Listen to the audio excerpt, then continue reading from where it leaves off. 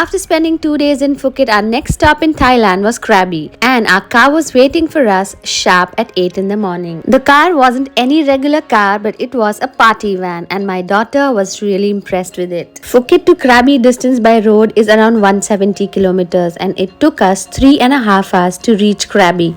After traveling for almost 2 hours, we stopped at this cute cafe, and while my daughter grabbed herself a coffee, I munched on these chocolate almonds. The most preferred way of traveling from Phuket to Krabi is by road, with fairly good road conditions and scenic surroundings. Enjoying nature around and having fun conversations, our journey became a fun road trip. Around 12:30 in the afternoon, we reached Krabi. With a wonderful conditioned car and a cooperative driver, our journey was smooth. Thanks to Navico's Holidays who planned this trip for us.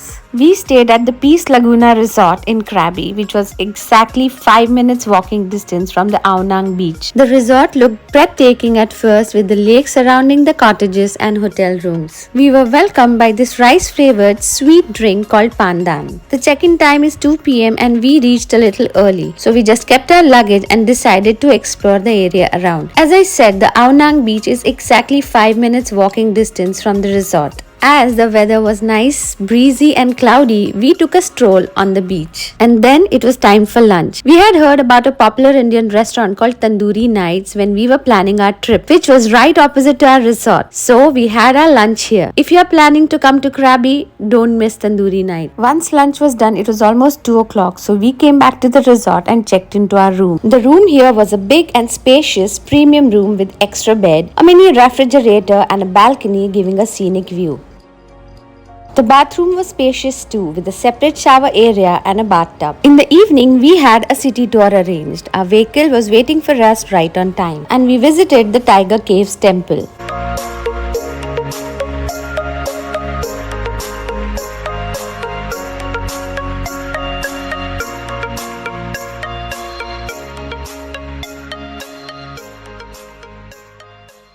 This visit unexpectedly turned into an adventurous hiking opportunity.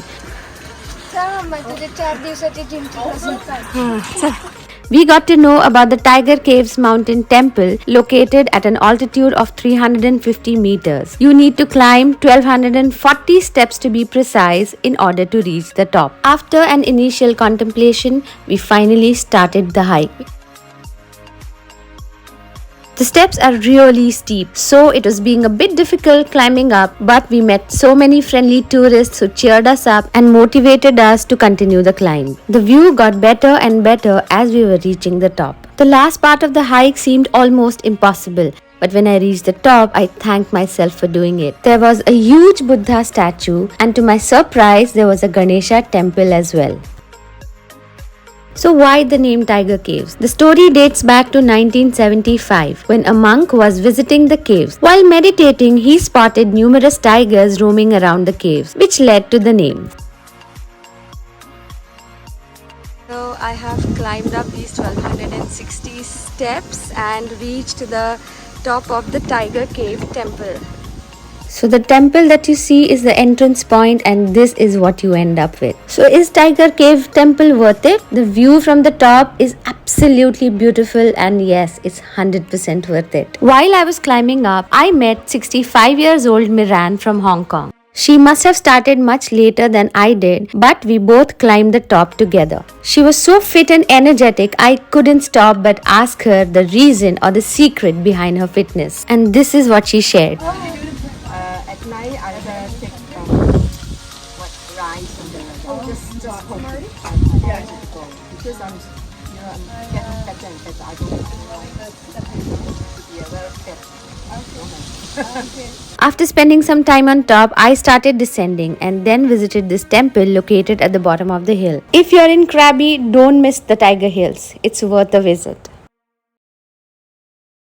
There are times when breakfast seems the one thing worth getting up for. And on our second day in Krabi, I felt exactly the same. Our resort offered a lavish English breakfast spread ranging from fruits to desserts, and we enjoyed every bit of it. The only thing was we had to take our breakfast at 7 in the morning as we had the 4 Islands tour on our itinerary. The entire tour was planned so well by Navico's Holidays, which included everything, even the pickup from the hotel. Here we first did the registration, got our identity identification wristbands, and then boarded a long-tail boat. These island hopping boats start from the Aonang beach. You will find many agencies offering various island tours right at the Aonang beach, and you can book an individual or a group tour. It took us 30 minutes to reach our first destination, the Railey beach and the Phra or Diamond Caves. This is a beautiful beach with limestone mountains and cliffs. On our way to the beach, we could see many tourists attempting the cliff climbing. At the end of the path, you will see the caves surrounded by white sand and clear sea.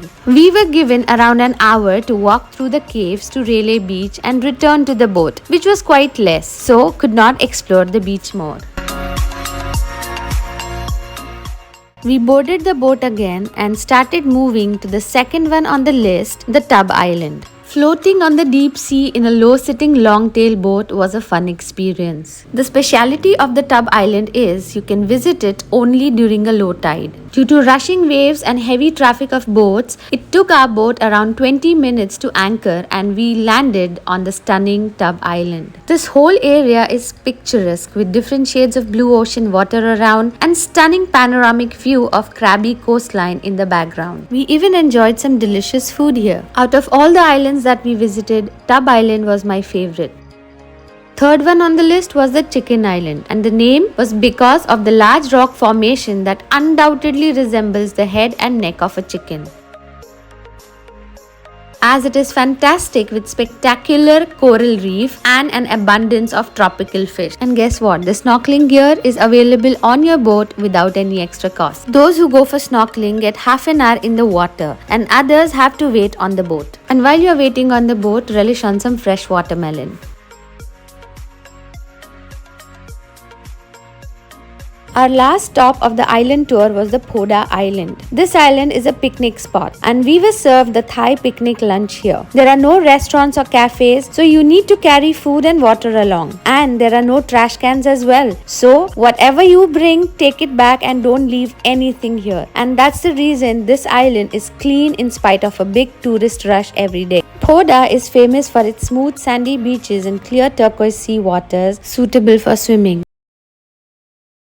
One of the things you can't miss when visiting Krabi is the Krabi night market, also known as Krabi Walking Street, which is located near Aonang Beach. The lively vibes of the market, many stalls offering food and other things, and the mix of locals and tourists make this market so diverse. Running out of Thai baht? No worries, there are exchanges at every nook and corner. The first thing we spotted was this beautiful beaded jewelry. You can get this jewelry in the range of 50 to 500 baht.